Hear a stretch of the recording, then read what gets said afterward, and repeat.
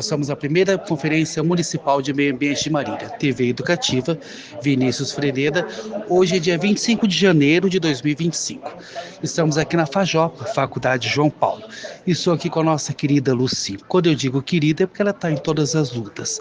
Ela é presidente do Conselho Alimentar e também da ONG Origem, Associação Ambientalista de Marília. Legal. Nós vimos aqui que tem 5 pautas. Você pode, por gentileza, passar para a gente?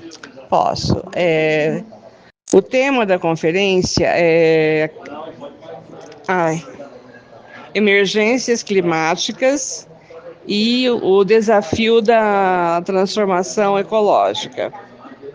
Tá? Dentro dessa pauta, nós temos 5 eixos, né, temáticos. O primeiro eixo é mitigação, que significa a redução da emissão de gases de efeito estufa. O segundo eixo, adaptação e preparação para desastres, prevenção de riscos e redução de perdas e danos, né?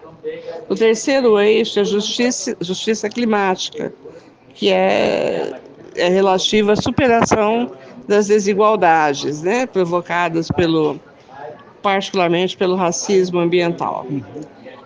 O quarto eixo é a transformação ecológica, a descarbonização da economia, com maior inclusão social.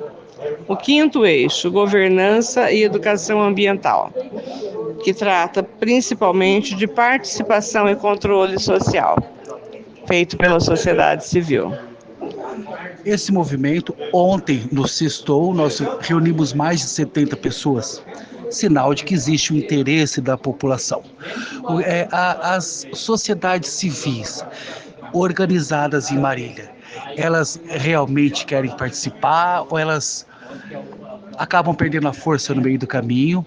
E se isso acontece, o que nós deveríamos fazer para poder fiscalizar e exigir que o que foi decidido, porque eu sei que vai para São Paulo, depois vai para o Nacional, a ponto de virar medida de lei. Em Marília, o que a gente pode fazer para fiscalizar esses movimentos, para acompanhar o que está acontecendo? Tem alguma ONG que possa nos explicar como isso funciona, o que está sendo feito de efetivo para que a gente possa acompanhar essa redução dos danos e se está sendo realmente cumprido ou se vai ser daqui para frente? Olha, o que a gente avalia da seguinte forma: essa conferência foi chamada pela sociedade civil porque a administração que findou em 2024 não chamou, né? Nós entramos em contato e tal, mas o poder público não se envolveu, não quis saber. Então, nós conseguimos organizar 14 entidades para estar chamando essa conferência num curto período de tempo, né? Tivemos menos de 15 dias para fazer toda a parte burocrática, que não é fácil, e depois disso, e fomos também tratando do custeio da conferência. Nós estamos fazendo uma conferência com qualidade, sem um centavo do poder público. Isso é muito bom. O que significa que a sociedade civil, quando se organiza e tem foco, ela consegue fazer as coisas, né? E isso nos credibiliza junto ao poder público que está assumindo agora, né? Porque todas as propostas que saírem daqui vão ser encaminhadas para o poder público, poder executivo, para a Secretaria de Meio Ambiente, para a gente pensar, tratar sobre a construção de um plano municipal de meio ambiente, que Marília não tem. E aí também, eu creio que uma proposta que deve sair é a criação do Conselho de Meio Ambiente, que Marília não tem. Também precisa. Um conselho deliberativo ou um conselho consultivo, ou, como a Prefeitura de Marília gosta de fazer, um modelo consultivo apenas para ouvir e deliberativo apenas quando a ordem vem de cima.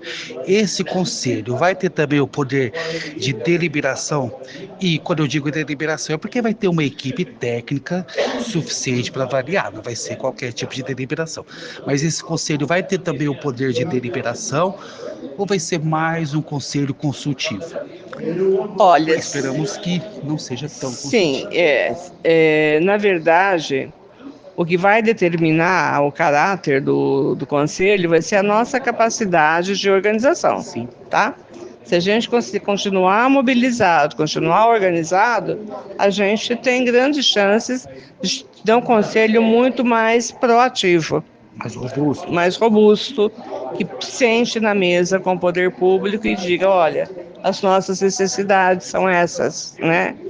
A gente pode ter um conselho, por exemplo, cuja presidência e não fique na mão do poder público, fique na mão da sociedade civil. Isso tem que ser, né? Isso é muito importante, né? Que a sociedade civil tenha o controle do conselho, né? É importante que a gente crie mecanismos de financiamento, né? Que se crie como tem no SUS, como tem na assistência social, como tem que está engatinhando agora na segurança alimentar, mas se cria os fundos dos conselhos, né? Com transferência de fundo a fundo. Nacional repassa para o estadual, estadual e repassa para os municípios, e o município também tem que colocar a sua parte de financiamento da política, porque a política não se faz com papel e palavras, mas com ações, com investimentos. E nós temos que ter investimentos. Se não investir, a gente não avança, né? Eu estava colocando uma experiência que o Senac de Marília tem lá, bem já robusta, que há uns 10 anos atrás eles já aboliram todos os plásticos, todos os copos descartáveis. Eles fizeram um investimento, compraram uma garrafa térmica de água para cada funcionário. Os O professores. mesmo que a Europa fez, né? Eles fizeram com bebedouros e deixaram livre para quem tivesse a garrafinha para carregar. Muito inteligente. Mas eles compraram para todos os funcionários Muito inteligente. e os professores e tal. E os alunos levavam a sua garrafa. Esse foi o primeiro passo. Eles deram um segundo passo ano passado, muito importante. Eles trocaram os bebedouros. Os bebedouros têm contador e funcionam por sensor de movimento. Quando a mão sai, eles param. Você põe a garrafa embaixo, a garrafa, Inteligentíssimo. a água cai, enche a tua garrafa e tem um contador em cima, né? Então, a água que sai são 500 ml, que seria uma garrafinha, né? De 500 ml. E aí o contador muda. Suponhamos, está em 2006, passa para 2007, que significa o quê? Que são menos de 2007 garrafas jogadas no meio ambiente. Faz toda a diferença. Muita diferença, né? Lixo é menos. É um investimento? É um investimento, mas que funciona por muito tempo, porque você não tem que repor todos os meses, você não tem que comprar sacos de lixo para colocar copo descartável dentro. É um investimento que existe incentivo ou é um investimento mais da parte empresarial que pensa no meio ambiente e que consegue fazer?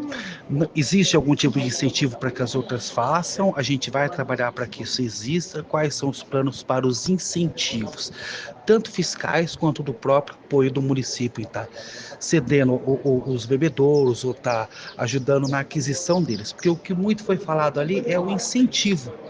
Porque se deixar para fazer sem incentivo, muitos acabam não fazendo.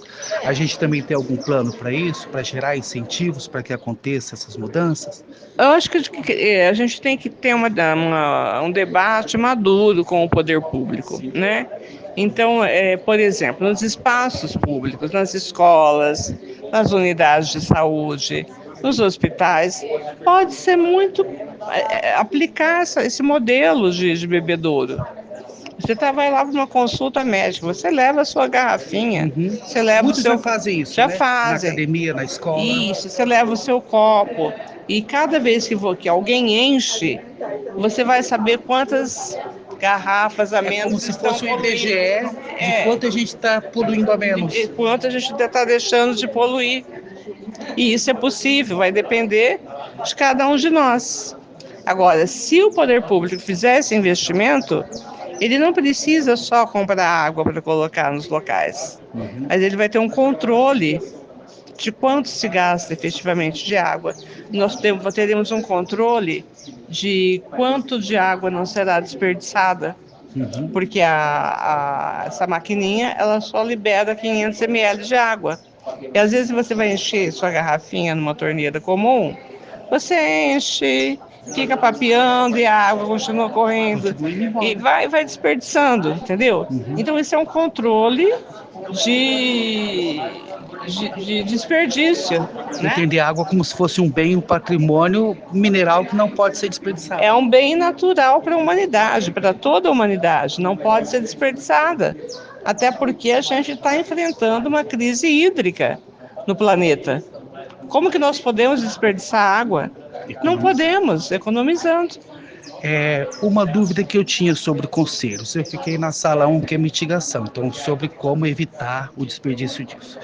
E ali eu comentei com ele sobre alguns conselhos que tentam vir em Marília, que já tentaram, ficam por um ano, e de repente eu observo, enquanto quem vai buscar a entrevista, que as pessoas são cooptadas e acabam desistindo daquilo. Porque acontece, é verdade, em Marília, por exemplo. Conversando na sala, um dos alunos disse que existem modelos de associação onde fica 25% para a sociedade civil, 25% para a sociedade organizada, 25% para a sociedade técnica e divide mais 25% para uma quarta faixa que possa contribuir. Ou seja, se a prefeitura vier para cooptar, ela não coopta os 50% ou mais. Eu digo isso até como forma de denúncia para que não aconteça mais em Marília e em outras cidades. Esses coletivos, esses órgãos que a gente pretende fazer, a gente vai resolver e descobrir mecanismos para que não haja cooptação por parte do município, né? Sim, aí a gente tem que pensar, quando eu falo, a gente tem que ter um debate maduro, né? O Conselho de Segurança Alimentar dos municípios, dos estados e o nacional, eles são formados paritariamente, não é meio a meio. São 2/3 da sociedade civil e 1/3 do poder público. Isso evita a cooptação. As tentativas sempre existem, mas você tem que ter um exercício de paciência. O bom da gente cobrar é que a gente acaba insistindo para que não aconteça, né? Sim, porque nós somos a maioria, Sim, entendeu? por isso que a gente tem que cobrar para que não aconteça. E aí, o que acontece? Só pode ser presidente e vice-presidente membros da sociedade civil. Que não for funcionário público. Sim. E a secretaria fica com o poder público, né? Porque a burocracia tem que mandar edital, tem que publicar. É melhor que seja funcionário que já está lá para isso mesmo, né? E ele já faz essa questão, né, do conselho, até porque todos nós da sociedade civil que estamos em conselho, nós temos considerado um trabalho de alta relevância, mas não é remunerado, né? Mas a gente também não quer remuneração, porque a gente quer respeito e solução. Mas né? o que a gente gente quer também condições de estar fazendo capacitações. As condições, né? Mas a gente quer o mínimo de investimento para que as coisas aconteçam. Para que as coisas aconteçam. Então, se vai ter uma capacitação em Belo Horizonte... Queremos poder ir. Queremos ir. Se hospedar, poder se alimentar e ter uma infraestrutura mínima. Temos que ter essa infraestrutura mínima. E por isso que é importante que se criem os fundos dos conselhos, que são geridos, né, paritariamente, se discute em reuniões de conselho, vamos, não vamos, quantos vamos, e ali se define, né, fazer cotações de preços, de passagens, de hotel, etc. e tal. Porque o dinheiro está ali, não depende de ir com o pires na mão, negociar. com o poder público, pedir auxílio de Porque a gente fica vereador. sem arma nessa hora, sem ter o que... Então a gente tem que ter essa maturidade, né? Porque a gente tem uma democracia muito... que está engatinhando, né? A democracia no Brasil está engatinhando. E a gente tem que entender que a democracia que mais acontece no país é a democracia representativa, né? Acho que as eleições de vereadores, deputados, Que senadores. só aparece a cada 2 anos, na maioria. E os conselhos é uma outra democracia, que é a democracia participativa. Não depende da prefeitura. Sim, não depende de ninguém, nem da prefeitura, nem do estado, nem do governo federal. Mas nós somos parceiros, nós debatemos os assuntos, né? E podemos gerenciar a forma como as coisas vão acontecer. Temos embates? Com certeza, porque a vida é assim. E tem até uma frase do professor Darcy Ribeiro que diz que toda unanimidade é burra. Por isso é importante você ter os embates. Sim, porque senão não vai ter... Colocar as questões, as posições diferentes, porque não há necessidade de todo mundo ter um único pensamento. Isso daí é em outro espaço, né? Talvez numa igreja pentecostal. Onde todos acreditem são... Aí pode ser que esse espaço todo mundo pense... Eles são constelados aquilo, né? Mas quando a gente trata de políticas públicas, a gente tem que ouvir todas as opiniões. Tem que ser uma política laica, inclusiva, científica e que realmente funcione. Sim, e que dê o direito, que garanta a voz de todos, né? De todos os participantes. Ô, Lucy, eu vi que a programação de hoje é fantástica. Estamos aqui desde as 9 horas da manhã, quando praticamente começou. Eu gostaria que você passasse só para que o nosso telespectador entendesse, qual está sendo o roteiro de hoje para discussão, por gentileza. Então, ontem nós tivemos a abertura, de manhã a gente se reuniu no anfiteatro para falar sobre os grupos, né, os eixos temáticos. Aí as pessoas se dirigiram para as salas para estar fazendo os debates. Estão fechando agora, os grupos estão fechando as 10 propostas que foram feitas, né? Cada grupo vai fazer 10 e depois vocês vão escolher quantas? Nós não vamos escolher, tá? Todo mundo vai votar.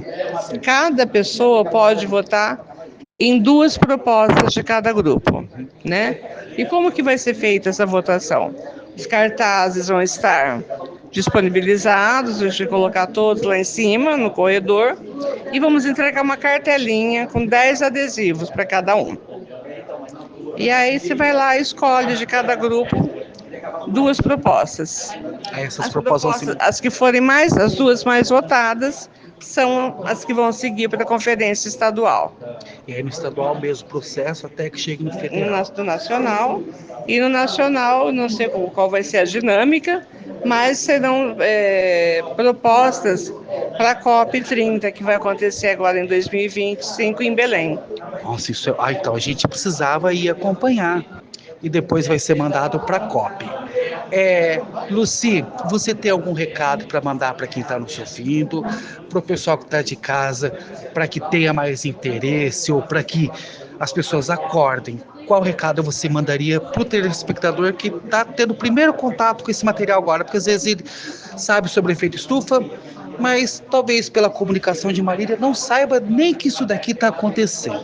O que você falaria para a pessoa que está ouvindo, para ela começar a se incentivar, não só na reciclagem em casa, mas a participar de todo o movimento? A gente tem que entender que as mudanças climáticas, elas acontecem para todos, não da mesma forma e ao mesmo tempo, né? Vamos usar como exemplo o ano de 2024, nós tivemos 2 eventos muito graves no Brasil: água e fogo. Né? Fogo em Marília, pegando em tudo. Tivemos enchente no Rio Grande do Sul, tivemos queimadas em Marília, no estado de São Paulo como um todo. São Paulo ontem água. No Pantanal tivemos queimada. Então isso não acontece longe de nós, acontece perto de nós.